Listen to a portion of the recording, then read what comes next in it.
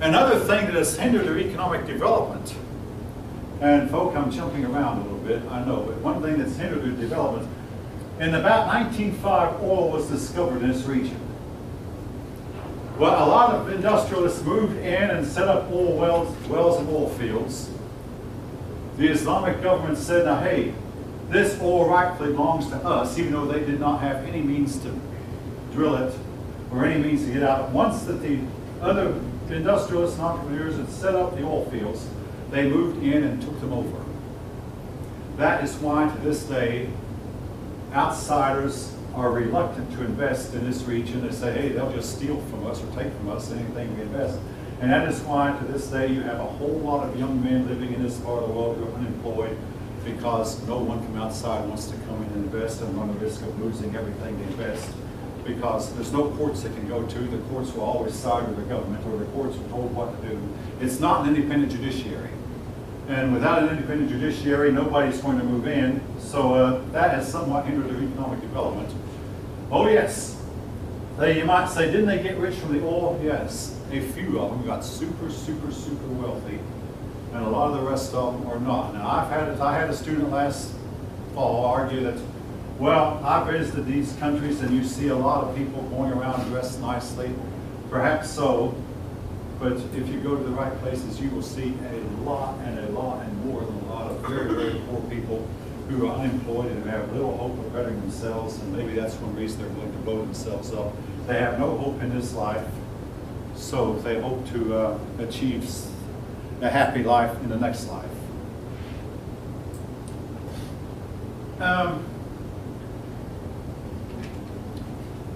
All right.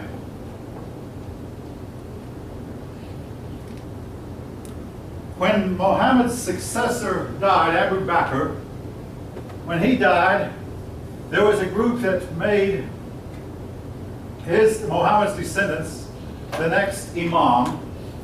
And this is where you get the 12 imams. Now this is not in the book, folks, but this is something I did some research on because I kept hearing about the imams.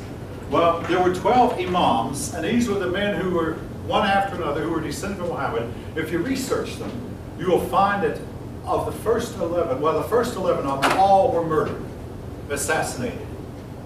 In other words, the imam would take over, he'd be assassinated, his son would take over and rule for a while, and he'd be assassinated. There's a webpage that tells what each one of these imams did or tried to do, and who killed them, and a lot of times they were killed on orders from the caliph.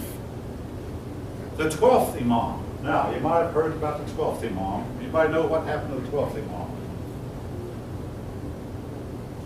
The others were all killed. The 12th imam vanished.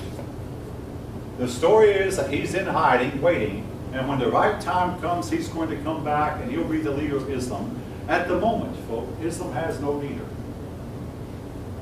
Now, during World War II, when we fought the Japanese, when the emperor told the Japanese people to stop fighting, that was the end of the war. Every Japanese soldier, from the generals to the privates, all stopped fighting because right now, there's no one in Islam who can say to the Islamic people, peace. One faction might be whipped, but another faction will rise up and take its place. But supposedly there's going to come the 12th imam out of hiding at the right time, at the right moment. And some people are thinking that we're going to set up the situation where that he can come in, unite all of Islam, and take over. So when you hear talk about the 12th imam, that's what we're talking about. The first 11, mostly knifed to death or put to death or poisoned. And some of these imams were poisoned, now folks, by their wives. You can look it up like I did. 12 imams, IMAM. The first ones, most of them were poisoned. None of them met a natural death. Again, they've had trouble now.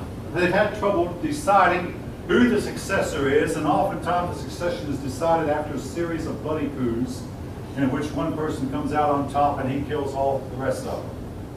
But what wound up splitting the Islamic world into Sunni and Shia, and folk, I can't tell you which one is which. I've tried to research it. I'm going to learn it this time. I researched it a few days ago, and right now I can't tell you which side is which. But one side believes that only Muhammad's successors should be the leaders. Another side says no, the leader should be the best man that we can find, and basically one who wins the most fights.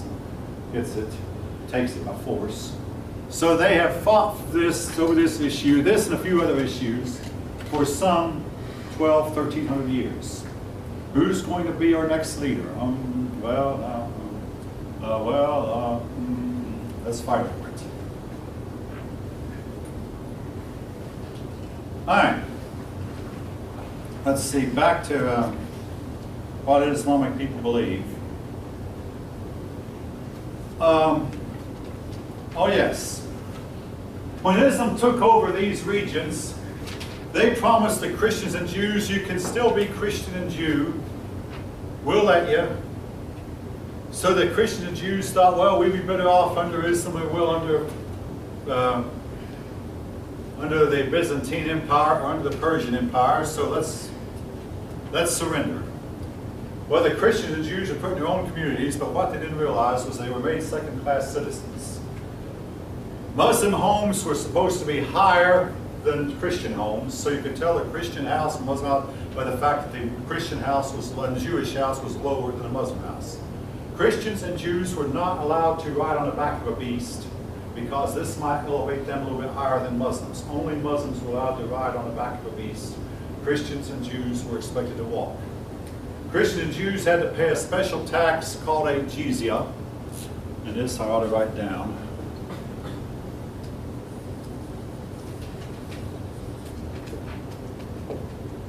J-I-Z-Y-A.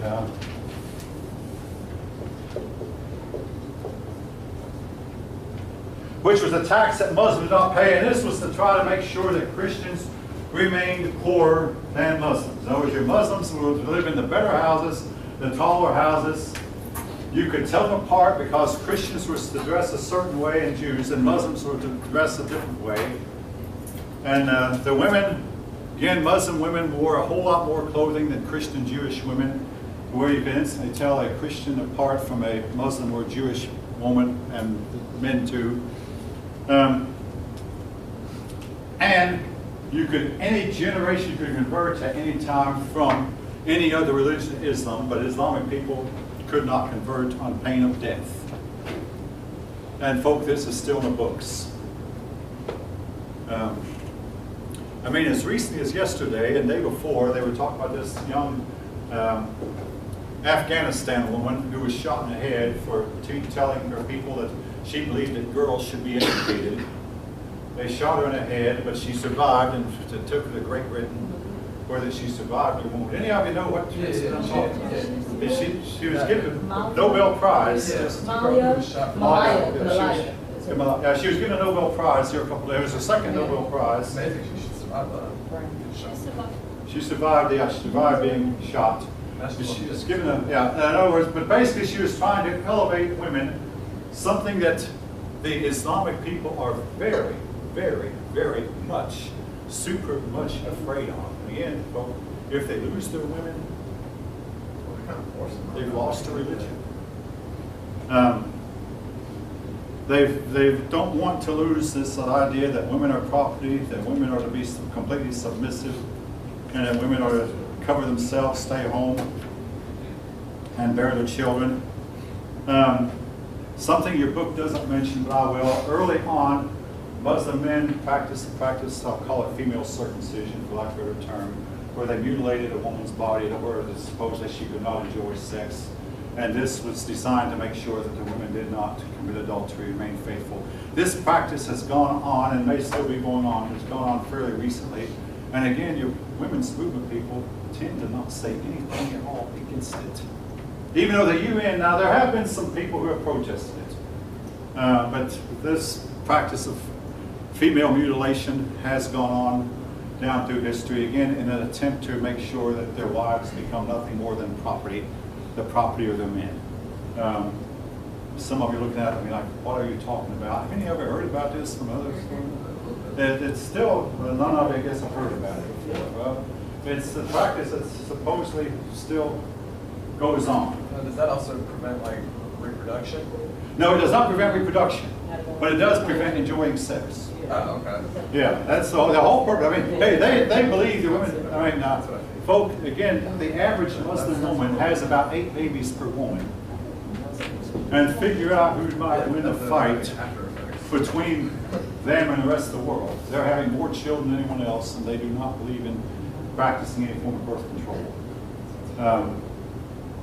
And at that rate, while the Chinese are busy trying to reduce their population, and Western nations have reduced their population so effectively that I've heard some Western governments are actually paying women, married or unmarried, to have children. Hey, if you have a child, we'll pay you, because we need new Western children that come into the world. The Muslim women are having children at a very, very high rate. All right. Now, people, you can dispute this, but if you actually look in the Quran carefully, no matter how many times you think, Islam has no provision for forgiveness. So they teach righteousness, they teach punishment for the wicked, they teach reward, but they have no provision for forgiveness. And I had obviously a Christian go, everybody sins, but one student spoke up one time and said, well, yeah, you can be forgiven if you turn from your sins and commit righteous acts from here on out, you can be forgiven. But I heard another story. An American visited an Islamic country, and the people there, I mean, he made friends with him, said, no, stay away from that man. Stay away from that man. You don't want to have anything to do with him. He's a camel thief. Well, he kept questioning. He said, oh, you know, I'll tell you, he's a camel thief. Well, he found out that this man's ancestor had stolen a camel 800 years ago. And no one since. And no one had stolen one since, as far as I know. But because he was still branded as a camel thief, he and all his descendants, male descent down the line for the next till modern time, they have no provision for forgiveness. Now again, this has been questioned. Now another thing, they don't really have an assurance of salvation or a happy afterlife. And it's been said that Muhammad once asked, I wonder if Allah will even have me. The only way they can be assured of a happy afterlife is to die in a jihad. That way Muhammad will take them in.